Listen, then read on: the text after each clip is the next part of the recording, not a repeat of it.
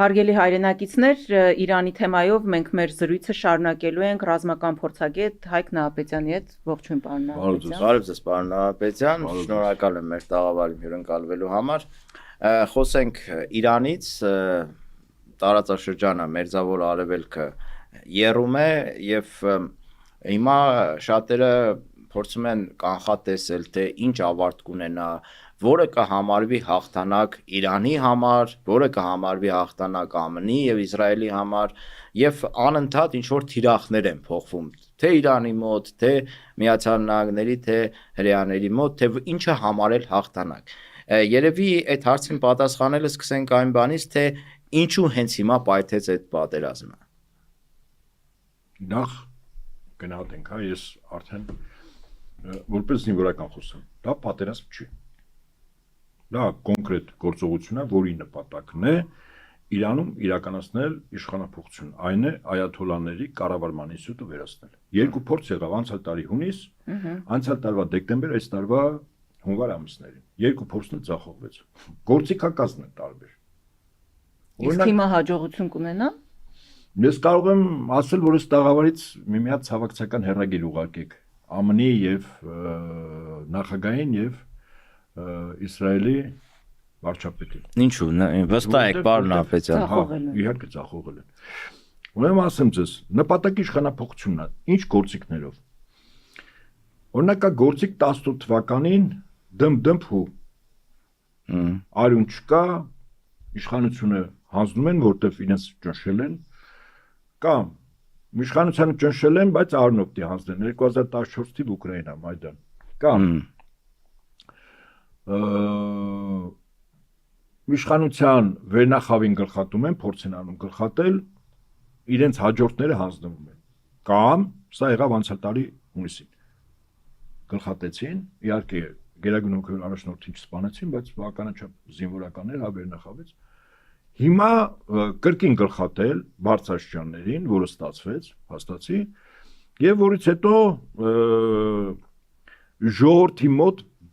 մի իրավիճակ առաջացնել, որտեղ իրենք ցանկանան, որ պատերազմը կանգնի ըստ պատերազմ չի, այսինքն հրթիռակոծում, ռմբակոծում, զոհեր, կորուստներ եւ այլն, իրենք տիպիկ արևմուտքը մտածում է իրենց ընկալումներով։ Այսինքն հակաիշխանական ցույցեր, ակցիաներ, այո, 5-րդ շարասյուն, 6-րդ շարասյուն, հասարակությունը ընդվզի իրենց մոտ։ Իրենք չափում են իրենց արշինով։ Օրինակ, արևմուտքը երկու բանակներ պատերազմում են։ Մինչև մարտի դաշտ մտնելը, ասենք, բանակը հաշվում է արևմուտքի, ինչ որ երկրի ասենք, Բրիտանիա, Ֆրանսիա, գլխականակով իրենք ասենք շատ քիչ են։ Ասենք 1.5 անգամ քիչ է։ Ասում ենք կրվենք, պարտվելու ենք, զոհվենք, գնանք հանձնվենք, մեկ շքերիկ վերցնենք, չճնշեն, հետո ասք թողնել է։ Այդ նիկոլական տրամաբանություն եք ասում, պարոն Նահապետյան։ Դա արևմտյան է, իսկ ինքը տաշվել է արևմտյան տրամաբանությամբ, իրեն տաշել են արևմտյան ուղղային կենտրոնները։ Արևելքը լրիվ այլ է, արևելքը ասում է չէ, հանձնվել չկա։ Սա կոչվում է զինվորականության մեջ մարտական ոգի։ Հիմա, այո, շատ ճիշտ նկատեցիք, լրիվ հակառակ եղավ, այսինքն առաջին օրը գլխատվեց երկրի ղեկավարությունը, հոգևոր առաջնորդը սպանվեց, զինվորականների ճնշող մեծամասնությունը ղեկավարները սպանվեցին, թվում էր թե տրամաբանորեն սպիտակ դրոշ բարձրացնեն։ Թարսիպես այդ սպիտակ դրոշը չգտան, կարմիր դրոշ մսկիթի վրա դրեցին, հատուցման եւ ռեժարության դրոշ եւ սրբազան պատերազմ ջիհադ հայտարարվեց։ Շիա մահմեդական աշխարհը այսօր ԱՄՆ-ին եւ Իսրայելին սրբազան պատերազմ է։ Դա ինչ է նշանակում, ինչպես է կոնկրետ դրսևորվում է ջիհադը։ Հիմա ջիհադը, ասենք, այսօր դրսևորում չունի։ Այլ որ Ամերիկայի փողոցներում, եվրոպական շատ երկրների փողոցներում սկսեն մեծ ու լուրջ պայթյուններ, պետական, կառավարական, ռազմական օբյեկտների ժամանակ հասկանանք ինչ ասել է ջիհադ։ Ահաբեկչական գործողություններ նկատի ունեն։ Յուրաքանչյուր իր գործիքով է պատերազմում։ Օրինակ, պատկերացրեք ԱՄՆ-ի նախագահի հիմնավորումը, թե ինչու այս գործողությունը սկսեց։ Ասում է, երկու անգամ ինձ ուզում էր սպանել այաթոլլա Խոմեյնին։ Այս կարծես անլուրջ է դա։ Առանց որևէ ապացույցի։ Հետո ասում է, այ իրենք են առաջինը հարձակվելու, մենք կանխարգելի ճարեցինք։ Չէ, իհարկե, դա անլուրջ է, մեղմ ասում։ Դե հիմա եթե այս մարդու դրան գումարած ռազմական գործողությունը սկսել առանց կոնգրեսի հավանության։ Իսկ այս մարդը թքած ունի ոչ միայն միջազգային իրավունքի վրա, այլև սեփական օրենքների։ Կոնգրեսը չի հաստատել այս գործողությունները, համար կոնգրեսում դեմոկրատները գործընթաց են սկսելու։ ՆԱՏՕ-ն էլ կարծես պարակտվեց այդ առումով, չէ։ Ինքը ՆԱՏՕ-ով չի գնում։ Չէ, բայց դաշնակիցներ էին, չէ, ենթադրվում։ Հիմա ինքը ասում են, ինձ պետք է օգնի, բայց ՆԱՏՕ-ն ասում է որոշում կա։ Չկա որոշում։ Այս մարդը ասում աշխարհի տերը ես եմ, ինչ ասում եմ պետք է արվի։ Իսկ հիմա պատասխան գործողությունը դեռևս Իրանը չի գնացել դրան։ Իրանը շատ գործիքակազմ ունի, ոչ միայն ԱՄՆ-ի, ոչ միայն Իսրայելի, ոչ միայն արաբական աշխարհի ծոցի երկրների,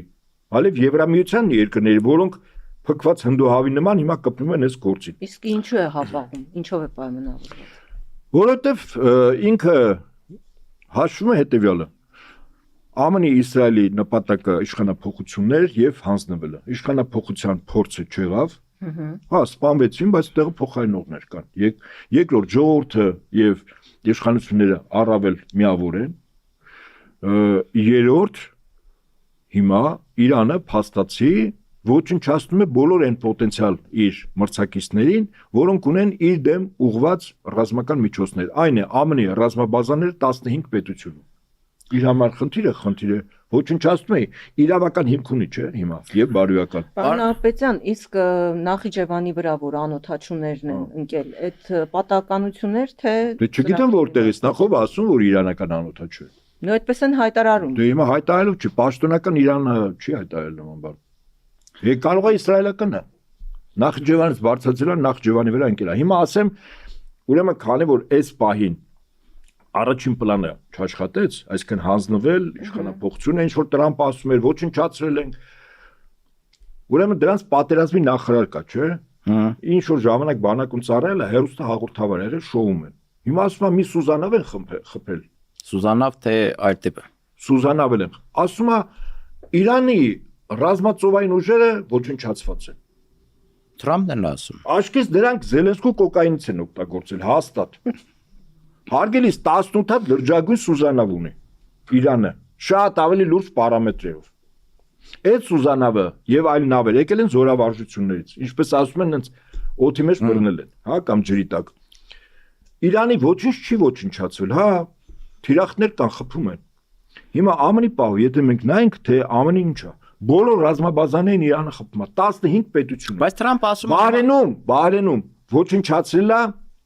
այն հակահրթիռային եւ հակաօդային պաշտպանության համակարգը, որը ոչ միայն ծոցի երկրներն էր, 5000 կիլոմետր մինչև Եվրոպայինն այն։ Պարոն Ահապետյան, Թրամփը ասում է հիմա Իրանի հրթիռները կվերջանան։ Այդ ինքը հաշվել, հա, լուրջ։ Դե ինչքան նման է Տրամփն ու Նիկոլը, լսի, երկուսն է փուչիկ։ Լուրջ եմ ասում։ Դու որտեղից եք հաշվել, ինչքան հրթիռ կա։ Մեկը լենել աշխարհի ամենաուժեղ հետախուզությունը ունեցող երկիրը, այդ բան էլի փուչիկ են էլի, դատարկություն։ Հիմա սա հիշում եք, ասում եմ ես խփում եմ, որտեվ սա 5 րոպե պակաս միջուկային զենք ուներ։ Այն արդեն ստեղծել էր, ճիշտ է։ Բայց Բենյամին Նեթանյահուն 15 տարի է Արգելիս, մի րոպե, ասում էր Տրամփը, հիմա ասում է, հաստատում եք, չէ՞ իմ ասած, որ ինքը ասում է։ Դե ամեն օր մի բան ասում է։ Չէ, այս կոնկրետ, որ ասում է միջուկային զենք է ստեղծել։ Դա էլ է ասում։ Իսկ անցյալ տարի հունիսին 12 օրվա ռազմական բախման ժամանակ ասեց մենք վերջին 2 օրում ոչնչացեցինք Իրանի միջուկային զինանոցը, ասել այդ էլ ասա։ Այսինքն եթե ոչնչացել ես, այդ մարտիկ 6 ամսվա մեջ այդ ինչ միջուկային զինանոց են։ Ոչ այն ժամանակա ոչնչացել, ոչ էլ հիմա ոչնչացրել։ Եվ հետեւաբար, ես միտքս ավարտեմ, հետեւաբար, այն ինչ որ ասում է ԱՄՆ-ը եւ Իսրայելը փուչիկներ են։ Պարոն Ահապետյան, լավ, այդ հասկանալի է, ընդհանուր կոնյուկտուրան, հա, համաշխարհային հիմա պլան B-ն են անցել, պլանն ձախողվել է, չեք ուզում իմանալ պլան B-ն որն է։ Ուրեմն գազը թանկացել է, այդ պլան B-ի մեջ է, նավթը։ Գազա, նավթա, այդ թող բիզնեսմենները հաշվեն։ Ես ուրիշ բան եմ ասում։ Իրենք հասկացան, որ հրթիռակոծել, հրետակոծել, ոչնչացնել երեխաների թիրախավորված դպրոցը հարվածել որ ծիսական կարգով զոհաբերություններ, ասեմ ձեզ, ուրիշ բան չկա, դա զոհաբերություններ, ծիսականով են որում։ Ահա։ Հրեաների կողմից, հրեա չի, Իսրայել պետության, սիոնիստների կողմից, դրանք տարբեր բաներ են, սխալվեցի։ Հիմա այսօր հրեաները, բանը Իսրայելի գերի են սիոնիստների վարչակազմին։ Իդեպ Իրանի ղեկավարությունը երբեք հрьяաների դեմ ոչինչ չունի, ոչ էլ Իսրայել պետության։ Միշտ նշում է սիոնիստական վարչակազմ, ես շատ ճիշտ եմ նշում։ Հիմա պլան Ան չեղավ, եղավ միավորում, ժողովուրդ, կանգնած են, մարտունակ են, կռվելու են։ Զորակոչ էլ չի եղել, զորակոչ նշանակման երկու օրվա մեջ 2 միլիոն 40 ժամ 2 միլիոն մարդ։ Այսօր 750,000 Իրանի բանակ։ Պլան B-ն հետևյալն է, անջատողական տրամադրություններ սկսեն գեներացնել։ Առնվազն 3 էթնիկ խումբ կա, թեև Իրանում չկան ազգային փոքրամասնություններ ձևակերպում կան կրոնական, բայց այնուամենայնիվ էթնիկ խմբեր կան։ Օրինակ ադրբեջանցիները, բելուջները, ազերիները, բելուջները եւ քրդերը։ Քրդերը ոնց որ ասում են արդեն անցել են սահմանը։ Իրաքի ես դրա համար եմ ասում։ Իրաքում քրդերը Բարզանին, որը Էրդողանի բիզնես պարտներն է, եւ Իրաքի նավթի Մոսուլի Կիրկուկի հիմնական առևտուրանողը Էժանգնով առանց հարկեր տալու բիզնես անում Թուրքիայի։ Հիմա դեռ քրդերը մարադրամ են օգտագործելու ինչպես Սիրիայի քրդերը։ Բայց մի անգամ քաշեցին, քրդերին ամերիկացիները։ Հայերին ինչքան քաշեցին, նույնիսկ 15 թիվը գլխի մեզ չբերեց։ Չէ, բան եմ ասում ես։ Հիմա նույնը մեր վիճակի մեջ ընկել են քրդերը։ Ես իսկապես իրանք օգտագործում են։ Հիմա այդ քրդերը որ փորձեն, ասենք Իրաքից հարվածել, այդ քրդերին արյան մեջ կխեղտի Իրաքում շիա մահմեդականների 400,000-ից ոստիկանությունը, որը բանակա ոստիկաններ չեն։ Բայց եթե այդ քրդերը այնքան կարճամտություն ունեն, որ փորձեն Իրանի սահմանի նկատմամբ ոտնձգություններ անեն, որտեղ մյուս կողմում են քրդեր, այսինքն գործողություններ, նորից եմ ասում, արյան մեջ կխեղտեն։ Բայց ոնց որ գրում են, բայց հաստատված չէ, որ անցել են սահմանը։ Տրամաբանության մեջ մտման Նախիջևանի այդ դեպքը։ Որտեւ եթե գործողությունը սկսում է, այսինքն անջատողական տրամադրություններն են գեներացնելու պլան B-ով։ Դա միայն քրդերը չեն։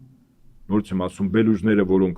Պակիստանի սահմանում, փուշտունները, որոնք Աֆղանստանի սահմանում երկու կողմ կան, եւ ազերիները, որը Ադրբեջանում կա։ Իմ կարծիքով Նախիջևանի այս միջադեպը, որտեղ գեներացնում են, հա, տրամադրություն, տես, հենապարսիկները խփեցին, զոհեր կան եւ այլն։ Ֆոնը ստեղծում էլ ինֆորմացիոն։ Պարոն Նահապետյան, հա, կամաց մոտեցանք մեր տներին կոպիտ ասած, հա։ Հիմա տեսեք, Հայաստանի դիրքորոշումը, Հայաստանի շահը եւ վնասները փորձենք հասկանալ, ես իշխանության տեսակետը ներկայացնեմ, որը massական կերցնում են ժողովրդին, այն կարկանդակ ուտել, կուկուրուզ ուտելը տեսել եք։ Չէ, իրանց են կերցնում, ժողովուրդը այդ կուտուտող։ Հիմա տեսեք, իրենք ինչ են ասում։ Իրենք ասում են, ժողովուրդ ջան, մենք ձեզ ասել ենք խաղաղություն։ Հենա այս խաղաղություն ենք բերել, որ տարածաշրջանը ներքևում մի քանի 100 կիլոմետր հեռավորության վրա պայթում է։ Բայց դուք անվտանգ, խաղաղ, նորմալ, այնքան անդարդ ենք, որ կարանք ասենք ավտոբուսի մեջ կարգանդակ ուտել։ Եվ մենք հասցրել ենք երկիրը այդ վիճակին, որ տարածաշրջանը կարող է պայթի, բայց մենք խաղաղության մեջ ապրենք։ Ուրեմն այդ կարգի գնահատական տվող պաշտոնյային դի ուղարկել Ավան հոգեբուժարան, համապատասխան պալատ։ Մի վարքյան, ես իմ ասած դերն եմ, ասեմ ինչու։ Մենք մարտի դաշտում 44 օրյայում եւ 23 թվականի սեպտեմբեր 19-ին պարտվեցինք։ Պատերազմը շարունակվում է, պատերազմը միայն մարտի դաշտը չի։ Մեր դեմ այսօր կիրառում են տեղեկատվական եւ տնտեսական պատերազմ։ Ադրբեջանը եւ Թուրքիան այսօր կոնկրետ նպատակ է դրել Հայաստանի Հանրապետության լուծարման։ Լուծարման երկու ճանապարհ կար։ Առաջինը, երբ որ զինված ուժերը մտնեն քո երկրի մայրաքաղաքը գրավում են, քեզ ոչնչացնում են կամ ասում են դուրս է գալիս այստեղից։ Եվ հետո լուծարվում այս պետք։ Բայց Ալիև այն գլխից ասել որ քայլելով ենք մտնելու։ Եվ հիմա քայլելը ինքը տնտեսական եւ տեղեկատվական առումով իրենք մեր հետ պատերազմի մեջ են։ Օրինակ, եթե Հայաստանը Ռուսաստանի տնտեսական կապերի խզման գործընթացը տանում, Հայաստան ասել նկատի ունեմ օրվա վարչակազմը, այո։ Ինչ է կարծում, օրինակ Հայաստանը դառնա Ադրբեջանից գազ ստացող պետություն, ռուսականը փակվի օրինակ։ ՔՊԱ-ականները չեն բացառում։ Ատոմակ դրա մասին բարձրաձայնները ոչ թե չեն բացառում։ Ատոմականը փակվում է։ Մեր էներգետիկ ինքնիշխանության 30-ից 40% ատոմականն է ուսանք տալիս։ Ուրեմն հեծը երկաթուղին ամբողջովին տրվում է Թուրքիային։ Այսինքն Թուրքիան է որոշում Հայաստանում հայը հաց կուտի օդ կշնչի ջուր կխմի թե չէ։ Դե բնականաբար։ Եթե վաղը չէ այսօր կորոշի որ կանի, վաղը որոշումը չի անելու։ Բայց Արցախում մենք տեսանք, չէ՞, գազի խողովակը երբ իրանց վերահսկողության Շուշի մոտ փական է դրել, փականը բացում փակում էր։ Հիմա ասածս ինչ է, այսինքն տնտեսական պատերազմը եւս պատերազմի նպատակին հասնելու միջոցը։ Իդեպ խորհրդային միությունը չգոյություն ունեցավ, գիտեք ինչ գործիքով։ Մարտի դաշտում խորհրդային միությունը չի պարտվել, չէ՞ արևմուտքին։ Ոչ թե տնտեսապես։ Պարտվել է տեղեկատվականով։ Սառը պատերազմը ինքը տեղեկատվական պատերազմ է, իսկ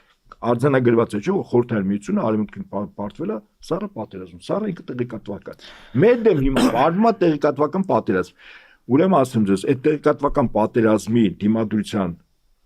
սահմանն էլ անցնում է մեր եկեղեցու դեմ պատական չի, որտեղ տեղեկատվականը ինքը արժեքներն է, ինքը հավատն է, ինքը աշխարհճանաչողությունն է, ինքը աշխարհընկալումն է, ինքը կրթությունն է, հա, ինքը բարոյականությունն է։ Այսօր դրա պաշտպանը եկեղեցին։ Պարոն Ապետյան, այստեղ ձեզ երկրորդելով ասեմ, որ այդ տեղեկատվական պատերազմի արդյունքները արդեն կարող են քաղել վատ իմաստով հետևանքներ, այսինքն հետևանքները սխալ ձևակերպեցի, երբ արդեն տեսնում ես, թե ինչպես են սոցցանցերում որոշ հայեր արդարացնում, ասենք թուրքերի կողմից հայերի կոտորածները։ Այդ արդեն հասկանում ես, որ այդ հիրախային ասենք խորհրդանիշներն չօգտագործես։ Ես ասեմ ձեզ, վաղ չմիսօր այսպես կոչված իրական Հայաստան գաղափարախոսությունը, եթե միսու առուն ստացավ եւ ավտորիտար ռեժիմը վերածվեց տոտալիտար ռեժիմի, այսինքն դիլնի մի կուսակցություն Հայաստանում, մի գաղափարախոսություն բոլորը դիենթարկվեն դրան։ Վաղ չմիսօր ցեղասպանությունից Արցախից խոսող ցանկացած Հայաստանի քաղաքացի վաղը քրեական հետապնդման կարող է ենթարկվի։ Ամենայն լրջությամբ եմ ասում։ Եվ սրա համար հիմքերը հիմա արդեն կարելի է իրոք չբացառել, հիմնավորելու են, որ եթե մենք Թուրքիայի դիվանագիտական հարաբերություն ունենք, ստեղծել ենք, տեսականորեն արդեն ստեղծել են, ապա ցեղասպանության մասին խոսելը երկու պետությունների միջև ճշտամանք առաջացնելու միտված քայլեր է, որը քրեորեն պատժել է, օրինակ, կամ նույնը Արցախի հետ կապված։ Թողնենք, ասենք, ցեղասպանությունը պատմաբաններին, հիշում եք Էրդողանը նման բանաձևեր առաջարկել։ Հանձնաժողով ստեղծենք։ Հա, պատմաբանները հանձնաժողով թող իրար հետ որոշեն եղել թե չէ։ Ջերել ստեղծի հանձնաժողով։ Ահա։ Պարոն Ապետյան, վերադառնալով իրանական դեպքերին, ինձ հետաքրքիր է, թե Հայաստանի վրա այդ դեպքերը ինչ ազդեցություն կունենան, ինչ անդրադարձ կլինի։ Ասեմ այսպես, եթե այնուամենայնիվ Իրանում այն պլան այն է անջատողական տրամադրություններով երկրի ներսից պայթեցնել։ Եթե դա միսու առուն ստացավ, հիմա դեռևս ընդամենը այսպես մարդ հետախուզությամբ է, ասենք տեղեկություն կա, որ քրդերը սկսել են, տեղեկություն կա, որ քրդերը չեն սկսել, ով ոնց արձագանքում, Իրանի իշխանությունները ոնց են կեցված դրսևոր եւ այլ։ Գործնականում, եթե սցենարը եկավ նրան, որ իսկապես առնվազն 3-4 էթնիկ փոքրամասնություն Իրանում փորձելու են իշխանափոխության կամ անջատողական տրամադրություններ, որի հետևանքը կլինի Իրանի մասնատումը, եթե այդպես լինի եւ Ադրբեջանը այդտեղ բավականին կարևոր դերակատարում է ունենալու, ապա ես կարծում եմ, որ Ալիևը գին է ուզելու այդ արկածախնդրության։ Եվ այդ գինը Հայաստանը ամբողջությամբ, այո, ամբողջությամբ, սա Սյունիքը չի։ Ուրեմն ասեմ այսպես, հա սեպը թուրքական աշխարհի ցամաքային սահմանը դա Սյունիքը չի խրված, դա Հայաստանն է։ Եթե ուշադրություն դարձնենք, Հայաստանի չգոյությունը դա ոչ միայն Թուրքիայի եւ Ադրբեջանի շահերից է բխում, դա Բրիտանիայի շահերից է բխում, որտեղ նախկինում բրիտանա-թուրքական պրոյեկտն է Թուրանը, հիմա Ամերիկա-թուրքական պրոյեկտ է Թուրանը եւ Հայաստանը ամբողջովին, այստեղ կարող է պետություն լինի Հայաստան, բայց հայ չլինի։ Բայց պարոն Ապետյան, այդ դեպքում Հայաստանը Միացյալ Նահանգների կամ Բրիտանիայի գրպանը դրած չեն, դրած չի Հանիտ Ալիև։ Հիմա դրած է։ Հենց հիմա։ Այո։ Ավելին այդ գրպանի մի մասը Ալիևի եւ Էրդողանի գրպանում է, ասեմ ձեզ, որտեւ իրենց հետ տրված Հայաստանում կառավարումը իրականում որոշումներ կայացնում, օրինակ պատկերացնում եք մի պետության ղեկավար կամ արտգործնախարար կամ աշխատակազմի ղեկավար ասում է ինչ որ մի այլ երկրում դի սահմանություն փոխվի, որտեղ ճիշտ է դա է։ Աբսուրդ է, չէ՞։ Դա ներքին գործերի միջամտություն է։ Չէ, սրանք փոխում են, չէ։ Սրանք փոխում են։ Ասեմ ձեզ, Ալիևը ասում է 5000-ից ավել 88-94 թվականներին Ադրբեջանի քաղաքացի է կորել ուրա։ Բա ամենաբարձր ացիաներից այդ ունայ Վաշինգտոնից ուր են այդ մարդիկ։ Հետապնդումներ, բացահայտումներ, մի 50000 հայ ցուցակ է տալու։ Ոսելով այս սրանք են արել։ Ես էլ ասեմ այդ ցուցակը ոնց է կազմելու։ Դնելու է ուրեմն կառավարական եւ գերատեսչական շքանշաններ, մեդալներ ստացած Հայաստանի քաղաքացիների ցուցակը, որ հրապարակաբաց միշտ տպվել է, ասել են այս սրանք են, այսինքն զինվորականները եւ կամավորները։ Ասում այս սրանք են բոլորը սպանում։ Նախկին նախագահներն էլ գլխավորելու են այդ ցուցակը։ Եթե մենք այս ամեն ինչը լուրջ չենք ընդունում, Ավելին ասեմ ձեզ։ Չէ, ինչ որ տեսել եք, Ալևը, դժվար չէ, Ալևը դժվար է բարբերաբար լուրջ ասում է, ընդունել։ Հայաստանն իրենց հայրենիքն է, չէ՞։ Այդ երբ է իրենց հայրենիք եղել։ Չէ, հիմա լուրջ ենք նայում։ Եվ կամ ասելու ենք այդ մարդը դատարկախոս է, ոնց որ իր գոլեգան Հայաստանում, ոնց որ իր գոլեգան, ասենք, Միացյալ Նահանգներում կամ Իսրայելում, կամ դատարկախոս չի, հիմքեր ունի։ Ես ասեմ, հիմքեր ունի, իսկ հիմքը գիտեք որն է։ Ադրբեջանում 2011 թվականից հող է նախապատրաստել եւ գաղափարական եւ գիտական եւ քարոզչական եւ կրթական, որ Ադրբեջանը իրավա քաղաքական ժառանգորդն է 1502-1736 թվականների Պարսկաստանում Սեֆյանների ժառանգությանը։ Այն շահերի ժառանգությանը, որի ժամանակ Շահ Աբբասի 1600-2606 թվականներին այստեղից հայերին քշեցին ուղակի Իրան, այնտեղից բերեցին ազերիներին այստեղ։ Երբ դատարկվեց Արևելյան Հայաստանը, այո, շատ ճիշտ է։ Այստեղ երբ որ Ռուսաստանը 1828-ի Թուրքմենչայով հետո Նախիջևանի Երևանի խանություն էր ազատագրում, հայ չէր մնացել։ Մի 15-20 հազար հայ են մնացել։ Հիմա սա ինչ եմ հետո այդ բալանսը արևմտայերով լրացրեցին։ Այո, հիմա ինչ եմ ասում, որտեղ իրականությունն է, որ Ալիևը ասում է այս տարածքը այդ թունայով ամբողջ հարավային Կովկասը, դա Սեֆյանների ժառանգության ժամանակ իրոք իրենց նա եղել։ Իսկ իրավական եւ քարոզչական հողը գիտեք ով է նախապատրաստում Ալիևի այդ գործընթացին 2011 թվականից Վատիկանը 2011-ից Գիտությունների ազգային ակադեմիան թույլ է տվել հնարավորություն է տվել Ադրբեջանի ղեկավարներին Վատիկանը որ գնան փակ արխիվներ ուսումնասիրեն բայց այդ ամեն մարդու թույլ չեն տալիս այդ դա արխիվներին պայմանավորվածություն է եւ Ադրբեջանը այնքան բարեգործ է որ բական լուրջ գումարներ են դրում Վատիկանում եւ իր երկրում կաթոլիկ եկեղեցիներ է բացում։ Չէ, վստահաբար ասում եմ, սա պետական մակարդակով հիմք է նախապատրաստել։ Օրինակ Ալիևը երբ որ ասում էր Դերբենտը մեր հայրենիքն է, այստեղ ես հիշում եմ արձագանքներ, ասում այս մարդը խելքը գցել է։ Ասում հարգելիներս, մի հատ մտածեք, այս մարդը ինչի հիման վրա է ասում Դերբենտ։ Ահավասիկ Սեֆյանների ժառանգության ժամանակ Դերբենտը եղել է այդ կայսրության մաս։ Մարդը հավակնություն ունի։ այդ դեպքում նաև Վրաստանի նկատմամբ Իհարկե, այո, շատ ճիշտ է։ Բայց ամբողջ խնդիրն է, որ այդ Սեֆյանների ժառանգության ժամանակ մայրաքաղաք եղել է կամ Սպահանը կամ Թավրիզը, բայց ոչ Բաքուն, բայց դա էական չի։ Ասում մենք ենք հիմա դրա ժառանգորդը։ Եվ ինչու է դա արվում։ Ստեղծվում է Ռուսաստանի եւ Իրանի դեմ ուժային երկրորդ բռունցքը։ Եթե առաջինը թուրքական պետությունների կազմակերպությունով է ստեղծվում, որը արդեն ունի ընդհանուր բանակ, բանկ այբուբեն, մշակույթ, պատմություն եւ այլն, ստեղծվում է հիմա երկրորդ ուժային կենտրոնը Ադրբեջանի առաջնորդությամբ, եթե առաջինում Թուրքիան էր, հիմա Ադրբեջանը 8 միլիոն 9 միլիոն ադրբեջանցի, 15-20 միլիոն Ատրպատականում ապրող ադրբեջանցիներ, մի քանի միլիոն Ռուսաստանում եւ Միջինասիական Հանրապետությունում, դες 40-50 միլիոնանոց ադրբեջանական շիա մահմեդական մի բռունցք, որ անհրաժեշտության դեպքում պատրաստվելով ունի մոտիվացիա, որ վերականգնում այս տարածքում իրենց պատմական ժառանգությունը եւ արդարությունը, այո, ճակերտավոր եւ խնդիրներ ու պահանջներ ունենալու եւ Իրանից եւ Ռուսաստանից։ Վերջին հարցը եւ ավարտենք, պարոն Նահապետյան։ Լավ, եթե ասում ենք գրպանները դրած է, հա, Հայաստանը մի մասով, Միացյալ Նահանգների, Բրիտանիայի, Թուրքիայի եւ Ադրբեջանի հունիսի 7-ին ընտրություններ են սպասում։ Եթե գրպանը դրած է, այդ դեպքում չեղա որ կանխորոշված են ընտրությունների արդյունքները, թե ուրիշ մեխանիզմ է աշխատելու Ասեմ այսպես, գեղցիկները հասնելու են աստղերին, նկարելու են։ Բայց ես գտնում եմ, որ սովորաբար օկուպացված տարածքները ընտրություններով չեն ազատագրում։ Ես այդ սկզբունքը պատմությունից է գալիս, միշտ դրա մասին բարձրացել եմ։ Ընտրությունը հիմա միջոց է մեր ժողովրդի առողջ ուժերին, մեր երկրի քաղաքացիներին կոնսոլիդացնելու, ցույց տալ, որ օկուպացված իշխանությունից ազատվելու գործընթացը կոչվում է ազգային աստղագրական պայքար։ Հիմա հնարավորություն է հունիսի 7-ին, որպեսզի մեր ժողովուրդը հունիսի 7-ին կոնսոլիդացվի, գնա ընտրությունների, իմանալով որ կեղծելու են, ես ասում եմ, ակնհայտ կեղծելու են, բայց հունիսի 8-ին ցույց տա, որ ինքը տեր է իր ձայնին։ Այսինքն իրականում, այո, որ հիմա բայց եթե մի 70%-ը գնաց, այդ ինչքան պետք է կեղծեն, որ ասենք 14%-անոց ռեյտինգը հասցնեն 50%-ի, պարոն Նահապետյան։ Այդ մեր հաղորդման սկզբից ես Տրամպի մի երկու մտքի մասին ասեցի, չէ՞ որ Իրանին ասում էր իմ դեմ հափորձ, հետո իրենք էին սկսում, ես կանխարգել։ Ակնհայտ սուտ է, չէ՞։ Այն ասում է խաշած ավի ծիծաղնել է գալիս։ Կանեն մի մտածեք, ես ասում եմ, մեր ժողովրդի մեծ թվականակով ընտրությունը նշանակում է հունիսի 8-ին 100,000-ավոր մեր երկրի քաղաքացիներ փողոցում իրենց ձայնն են պաշտպանելու։ Եվ սա է երաշխիքը, որ ինչքան էլ որ կեղծեն, ինչքան էլ այլանդակություն անեն, հունիսի 8-ին ժողովուրդը ինքը տերալնելու իր ձայնի իրավունքին։ Հիմա ինձ ասում են, բա իդեպ այդ նույն հարցը տալիս են, բա Ամերիկա,